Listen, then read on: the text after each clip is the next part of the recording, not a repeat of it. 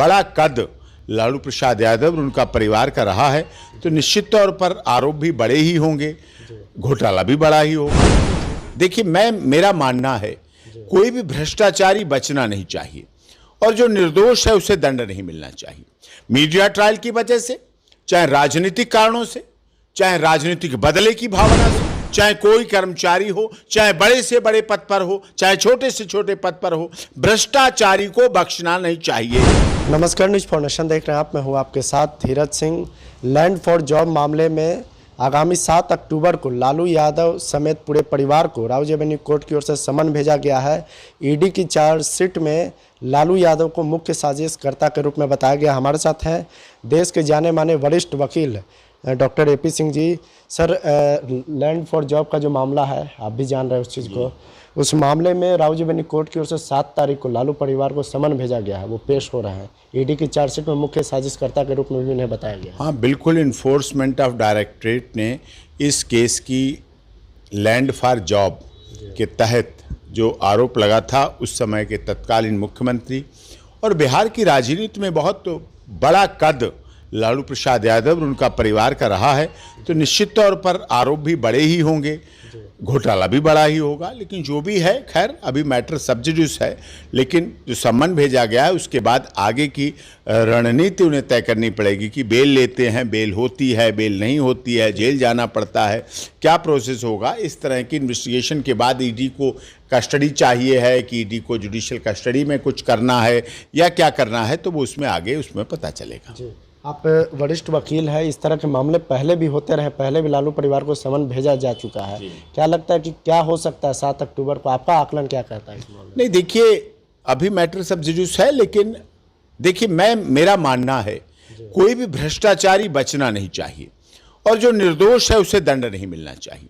Media trial की वजह से, चाहे राजनीतिक कारणों से, चाहे राजनीतिक बदले की भावना से, चाहे इसलिए कि अब लालू यादव और तेजस्वी यादव विपक्ष में है इसलिए, या नीतीश कुमार जी ने पाला बदल लिया है इसलिए, या केंद्र में भारतीय जनता पार्टी है इसलिए, ईडी निष्पक्ष, निर्भीक, निडर संस्थान है और अपनी कार्रवाई को, अपनी प्रोसीडिंग को अंजाम तक पहुंचाएं। भ्रष्टाचारी देश के लिए दीमक की तरह होता है, चाहे वो राजनेता हो, चाहे अधिकारी हो, चाहे कोई कर्मचारी हो, चाहे बड़े से बड़े पद पर हो, चाहे छोटे से छोटे पद पर हो, भ्रष्टाचारी को बख्शना नहीं चाहिए। गांधी, तेरे देश में हम शर्मिंदा हैं क्योंकि भ्रष्टाचारी आज भी देश में जिंदा है। ये केवल नारा नहीं होना चाहिए, इस पर काम होना चाहिए। और आम जनता, क्योंकि भ्रष्टाचार का पैसा हर गरीब, दलित, शोषित, पीड़ित, मजदूर, मजलूम की आवाज है। भ्रष्टाचार का पैसा जो नेताओं के बड़े पेट हो जाते हैं, बहुत बड़ी बड़ी संपत्तियां इकट्ठी हो जाती हैं, इसके पीछे उस किसी गरीब की हाय है, किसी दलित, शोषित, वंचित परिवार का हिस्सा है जिसने अपने उसको हिस्सा ना दे करके उन्होंने उस पर कब्जा किया है। आप कह रहे हैं कि ईडी निडर, निर्भीक और निष्पक्ष होकर काम कर रही है, लेकिन विपक्ष, खासकर लालू यादव की पार्टी के जो लोग हैं वो तो कहते हैं कि जांच एजेंसी आज सवालों के घेरे पे उनकी मंशा पर सवाल उठाते हैं ये लोग। देखिए, एक बच्चा 4-5 साल का जब फ्रिज में से चोरी से रसगुल्ला निकाल के खाता है, मां देख रही है, रसगुल्ला टपक रहा है, नीचे भी गिरा पड़ा टुकड़ा, बाप भी देख रहा है, बड़ा भाई भी देख रहा है, बहन भी देख रही, और वो खड़ा है मुलजिम सा बना हुआ, खाए हुए, मुंह में भरा है। मां पूछती, तूने रसगुल्ला खाया? तेरे दाने निकल रहे हैं, मैंने मना किया था, डॉक्टर ने मना किया था इसे मीठा खाने से। बच्चा क्या कहता? मैंने नहीं खाया, मैंने नहीं खाया, रसगुल्ला भरा है, सबूत सामने है, एविडेंस सामने है। मां हंसती है, पिता हंसता है, चिपटा लेता है, लेकिन वो बच्चा है, वो बालपन है, लेकिन डिफेंस जानता है कहना कि झूठ बोलना है, जबकि माँ बाप झूठ नहीं बोलते, उसके सत्य बोलते। लेकिन जब बच्चा अपना डिफेंस करना जानता है, बच्चे का कप टूट गया, बच्चे पे कप टूट गया, टूट जाता है, मां कहती तोड़ दिया ना कप? मैंने नहीं तोड़ा, नहीं तोड़ रहा। बोलना अगर सीख गया तो वो डिफेंस भी जान गया, बोलना सीख गया तो नहीं बोलना भी जान गया, बोलना सीख गया तो मानना भी जान गया, बोलना सीख गया तो मांगना भी जान गया।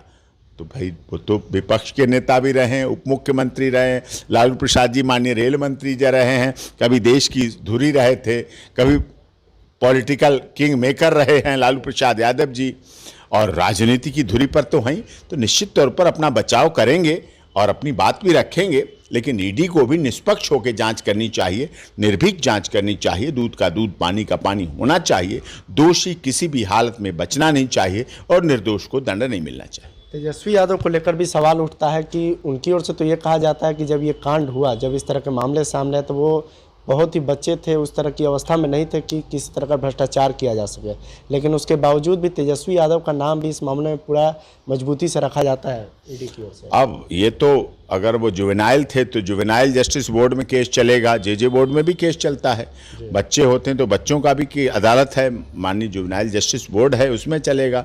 वो बात अलग है कितनी उम्र थी क्या नहीं थी, लेकिन अगर भ्रष्टाचार हुआ है और बिहार जंगल राज बना था, कभी भ्रष्टाचार की जननी कहा गया था, भ्रष्टाचार का बहुत बड़ा मिला है, सबूत मिला है, तो निश्चित तौर पर उसमें ऑनरेबल कोर्ट कार्रवाई करेगी। और हमें गर्व है अपनी देश की माननीय, चाहे ट्रायल कोर्ट हो, चाहे ऑनरेबल हाई कोर्ट हो, चाहे honourable supreme court of India हो, चाहे हमारे देश की जो भी जांच agency CBI, ED, IT, income जो भी हैं, सभी निष्पक्ष हैं, निडर हैं और उन्हें काम करना भी चाहिए। उन्हें अपने इस दायरे को तोड़कर आगे बढ़ना चाहिए जो कभी कभी उनको कह दिया जाता है पिंजड़े में बंद तोता। जो पिंजड़े में बंद तोता आरोप लग जाता है उन पर, उसको उन्हें अब धो देना चाहिए, उसको खत्म कर देना चाहिए और आगे बढ़कर 78वां स्वतंत्रता दिवस हम मना चुके हैं आज़ादी का।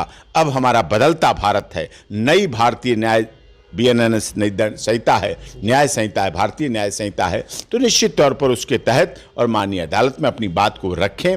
जो भी माननीय अदालत समझे, अगर उन्हें लगेगा कि पुलिस कस्टडी जरूरी है, न्यायिक अभिरक्षा जरूरी है, तो न्यायिक अभिरक्षा में भेजा जाएगा। अगर नहीं ज़रूरी है तो उसमें बाकायदा प्रोसेस होके केस में ट्रायल चलेगा। नॉट अरेस्ट की भी चार्जशीट फाइल हो सकती है, अरेस्ट करने के लिए भी कहा जा सकता है और उन्हें बेल भी दी जा सकती है। ये डिपेंड करता है ऑनरेबल कोर्ट के निर्णय पर।